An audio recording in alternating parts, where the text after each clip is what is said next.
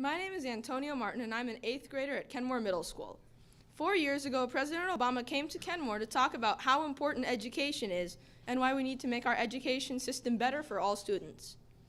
I care about education because it opens up a world of possibilities for students, including me. I want to be an engineer, and I work really hard in school. I love science and math, and all of my teachers have helped me enrich my love of learning. For me, Kenmore has opened new possibilities because it is an arts-focused school. I have the option to be in drama and orchestra. My drama teacher is amazing, and she really wants the cast to do well. At Kenmore, art is integrated into all subjects. In my world geography class, we use color to help emphasize important ideas. I think that education is important because it gives people a chance to improve their lives. It helps people become who they know they can become. The minds of the future are in school with me, and the future will blossom from our minds. The more we learn, the more the world prospers. Education is a very important resource that this act will strengthen.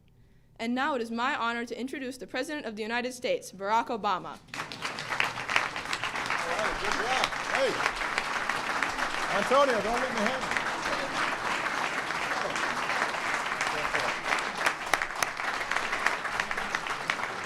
Well, thank you so much, everybody. Please have a seat. Have a seat.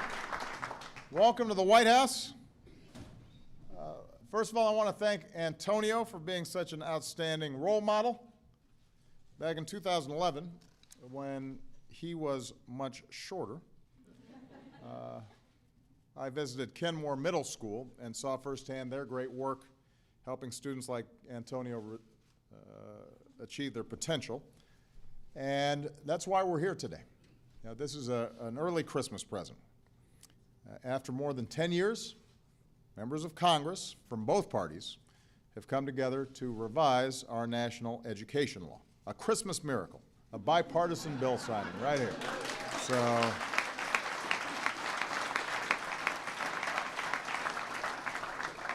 as I was telling Lamar, we should do this more often. I love it when we're signing bipartisan bills. Today, I'm proud to sign a law that's going to make sure that every student is prepared to succeed in the 21st century.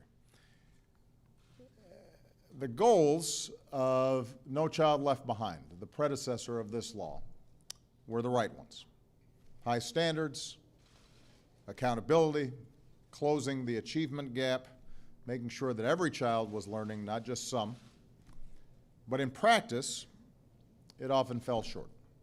It didn't always consider the specific needs of each community. It led to too much testing during classroom time. It often forced schools and school districts into cookie-cutter reforms that didn't always produce the kinds of results that we wanted to see. And that's okay. Sometimes reform efforts require you try something, it doesn't work, you learn some lessons, and you make modifications. So my administration, when we came into office, tried some different things. We tried to lead a race to the top. That's why we acted to give states that were willing to embrace reforms that they helped to formulate more flexibility in how to improve student achievement. They were receiving waivers from some of the requirements of No Child Left Behind.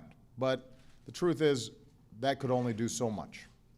And that's why for years I have called on Congress to come together and get a bipartisan effort to fix No Child Left Behind. It took a lot of time. It required a lot of work. But thanks to the tireless efforts of many of the people on this stage and some people who are in attendance here today, we finally reached that deal. There are some people that I especially want to thank.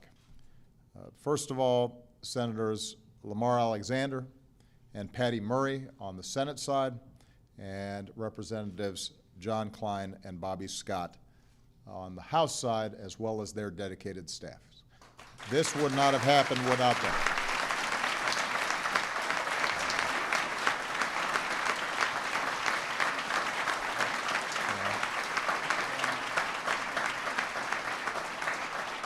And I just want to point out that It's not as if there weren't some significant ideological differences on some of these issues.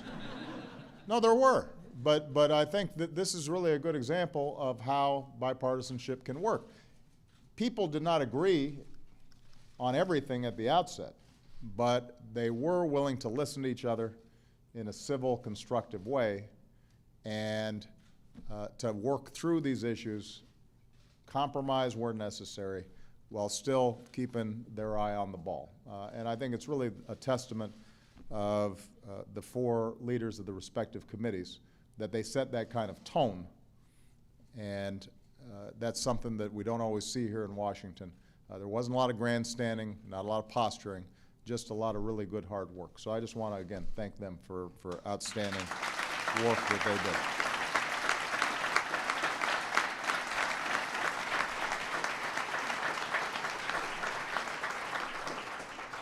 I also want to thank my outgoing Secretary of Education, Arne Duncan.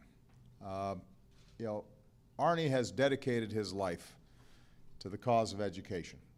And sometimes, in the nicest possible way, he's gotten on people's nerves because he's pushed them and prodded them and tried to make sure that we set high expectations and that we are holding ourselves accountable for children's performance.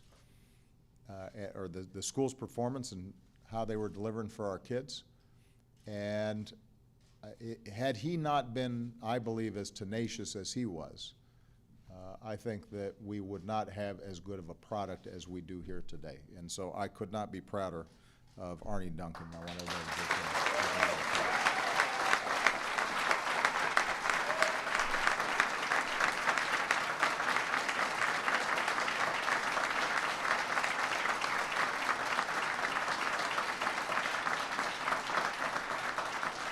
We are going to miss Arne Duncan a lot.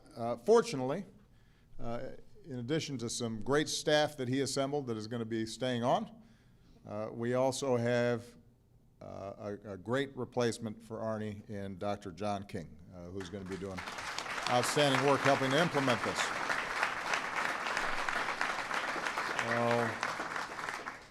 In addition, obviously, we've had some outstanding advocates. We've got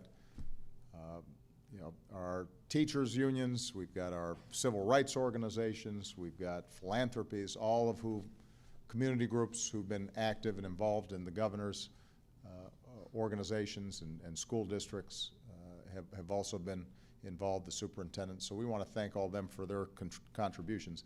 All the stakeholders have really buckled down to make this day possible. And the law comes at an important moment. Over the past 7 years, the good news is that our students have made real strides. You've seen states raise academic expectations for all students. That means that we're in a better position to out-teach and out-compete other nations at a time when knowledge is really the single biggest determinant of economic performance. High school graduation rates have reached an all-time high. Dropout rates have hit historic lows. The number of high schools so bad they're called dropout factories has been cut almost in half. We're training tens of thousands of outstanding math and science teachers. More students are graduating from college than ever before, and more than 1 million additional Black and Hispanic students are now going to college. So there's some real good work that's been done, a foundation to build from. But we're here because we all know that there's a lot more work to be done. As wonderful as Antonio's school is, as wonderful as a learning experience as a lot of our young people are receiving, we know that there are other schools that just aren't hitting the mark yet. And in today's economy, a high-quality education is a prerequisite for success. We're going to have our young people master not just the basics, but also become critical thinkers and creative problem solvers. And our competitive advantage depends on whether our kids are prepared to seize the opportunities for tomorrow. So we need to build on the momentum that has already been established. We've got to learn what works and do more of that, and we've got to get rid of the stuff that doesn't work. And that's exactly what the Every Student Succeeds Act does. First, this law focuses on a national goal of ensuring that all of our students graduate prepared for college and future careers. It builds on the reforms that have helped us make so much progress already, holding everybody to high standards for teaching and learning, empowering states and school districts to develop their own strategies for improvement, dedicating resources to our most vulnerable children. And this law requires states to invest in helping students and schools improve and focusing on the lowest performing schools and closing those big achievement gaps. Second, this bill makes long overdue fixes to the last education law, replacing the one-size-fits-all approach to reform with a commitment to provide every student with a well-rounded education. It creates real partnerships between the states, which will have new flexibility to tailor their improvement plans, and the federal government, which will have the oversight to make sure that the plans are sound. It helps states and districts reduce unnecessary standardized tests, something we talked about a couple of months ago, because what we want to do is to get rid of unnecessary standardized tests so that more teachers can spend time engaging in student learning, while at the same time making sure that parents and teachers have clear information on their children's academic performance. Number three, we know that the early years can make a huge difference in a child's life. So this law lays the foundation to expand access to high-quality preschools, and it creates incentives for innovative approaches to learning and for supporting great teachers. And finally, this bill upholds the core value that animated the original Elementary and Secondary Education Act signed by President Lyndon Johnson. The value that says education, the key to economic opportunity, is a civil right. With this bill, we reaffirm that fundamentally American ideal that every child, regardless of race, income, background, the zip code where they live, deserves the chance to make out of their lives what they will. So this is a big step in the right direction. A true bipartisan effort, a reminder of what can be done when people enter into these issues in a spirit of listening and compromise. But of course, now the hard work begins. Laws are only as good as the implementation. And that means that we're going to have to be engaging with the schools and communities all across the country, educators, school leaders, families, students, elected officials, community leaders, philanthropies, all to make the promise of this law a reality. And, by the way, it's going to take students like Antonio. He's doing his part. He's taking advanced classes to get a head start on high school credits. He plays the violin, he plays sports, he volunteers. He owns one share of stock in Tesla. So he's clearly going places. I'd invest in him if I could. But one of the reasons Antonio's thriving is he's got great teachers and a great principal at Kenmore. They saw that spark in him, and like all great educators, they're helping him to harness his energy and his curiosity and his talents. And that's what we want every single child in America to have. We just want to give them a chance. And so many of them are full of that same talent and drive, but we let them slip through the cracks. Or we're not creative enough in thinking about how they can be engaged, or they just don't have the resources that they need in the classroom, or they fell behind early because they didn't get the support that they needed given the tough circumstances they were born into. And we want to make sure that through this piece of legislation, with our hard work, with our focus, with our discipline, with our passion, with our commitment, that every kid is getting the same opportunities that Antonio's getting. I want this not just because it's good for the students themselves, not just because it's good for the communities involved, not only because it's good for our economy, but because it really goes to the essence of what we are about as Americans. There was a time, I think, when upward mobility was the hallmark of America. We've slipped on that front compared to other countries. And some of it is because where we used to be so far ahead of other countries in investing in education for every child, Now, on some indicators, we've been lagging behind.